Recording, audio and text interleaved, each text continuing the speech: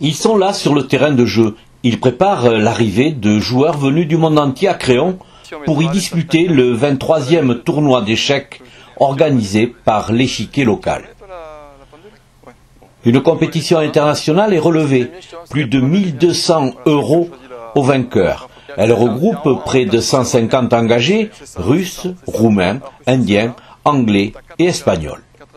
Assurer le bon déroulement du tournoi, rester conforme aux règles, requiert la présence dans la salle de 3 arbitres officiels. Ils forment une équipe soudée. Au niveau de l'arbitrage, si on a quelque chose de particulier qui nous arrive, qui sort un peu de l'ordinaire, on n'hésite pas à se consulter. Moi, le premier, je viendrai sûrement vous consulter. Les points chauds, c'est le repas, le midi quand il y a les doubles rondes, c'est après la ronde. Donc on se synchronise là-dessus. Il y a Tony qui va être un peu lui volant là-dessus, parce que lui s'occupe beaucoup des Parisiens, donc de ceux qui sont malvoyants. Autant les autres sont très, très autonomes au niveau des échecs. Alain, qui est à peu près 1020 ou un truc comme ça, il faut vérifier quand on passe à côté que la position qu'il a sur son échiquier corresponde bien à la position de l'échiquier. Parce qu'il peut arriver à faire quelques erreurs. Il a son échiquier, oui, il a son échiquier, voilà. Et donc l'adversaire joue sur cet échiquier-là, voilà. Et tous les coups, noir et blanc. Et Alain joue noir et blanc sur son échiquier. De toute façon, toi tu le connais. Les conditions d'un arbitrage serein passent par plusieurs points. Pour que ça se passe bien, il faut connaître très bien les règlements. Il faut aussi avoir un bon contact avec les joueurs, avec l'organisateur.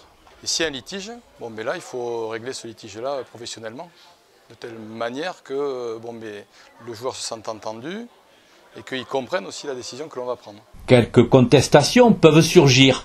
Elles sont souvent le fruit d'inattention de la part des joueurs.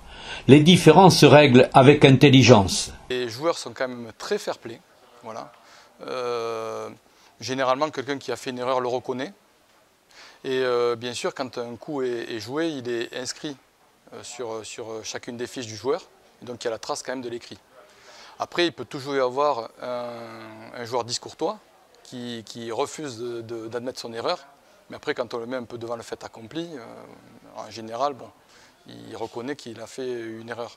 Alors, c'est une erreur classique de bouger incorrectement une pièce. En général, il n'y a pas trop de joueurs qui vont nier.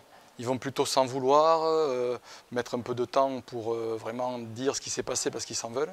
Mais parfois, il faut aussi, dans de rares cas, faire preuve d'autorité. Effectivement, quelqu'un de très discourtois qui a refusé d'admettre ce qu'il avait fait. En fait, voyant que c'était compliqué, il jouait en plus pour un prix, pour gagner un prix, de l'argent. Et il a, le temps que son adversaire aille aux toilettes, changé la position sur l'échiquier. Les feuilles, bien sûr, de marque étaient différentes de chaque joueur. Et donc, à la fin, l'adversaire a porté réclamation. Il y a une commission qui a remis donc le résultat comme il était. Frédéric, arbitre au niveau international, une fonction qu'il aime bien comparer et confronter tant au sein de l'AFCAM ou du comité olympique avec ses collègues d'autres disciplines. Effectivement, un peu un sport à part, effectivement au niveau de l'arbitrage. Et effectivement, on partage les expériences. Les partages sont riches parce que c'est un peu quelque chose qui est un peu à part et donc ça évoque de la curiosité.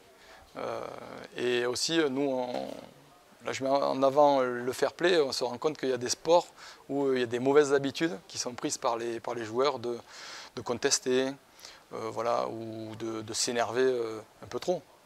Ce que je trouve aussi très agréable, mais je pense que ça se retrouve dans tous les sports, c'est que le corps arbitral, quand même on s'encourage.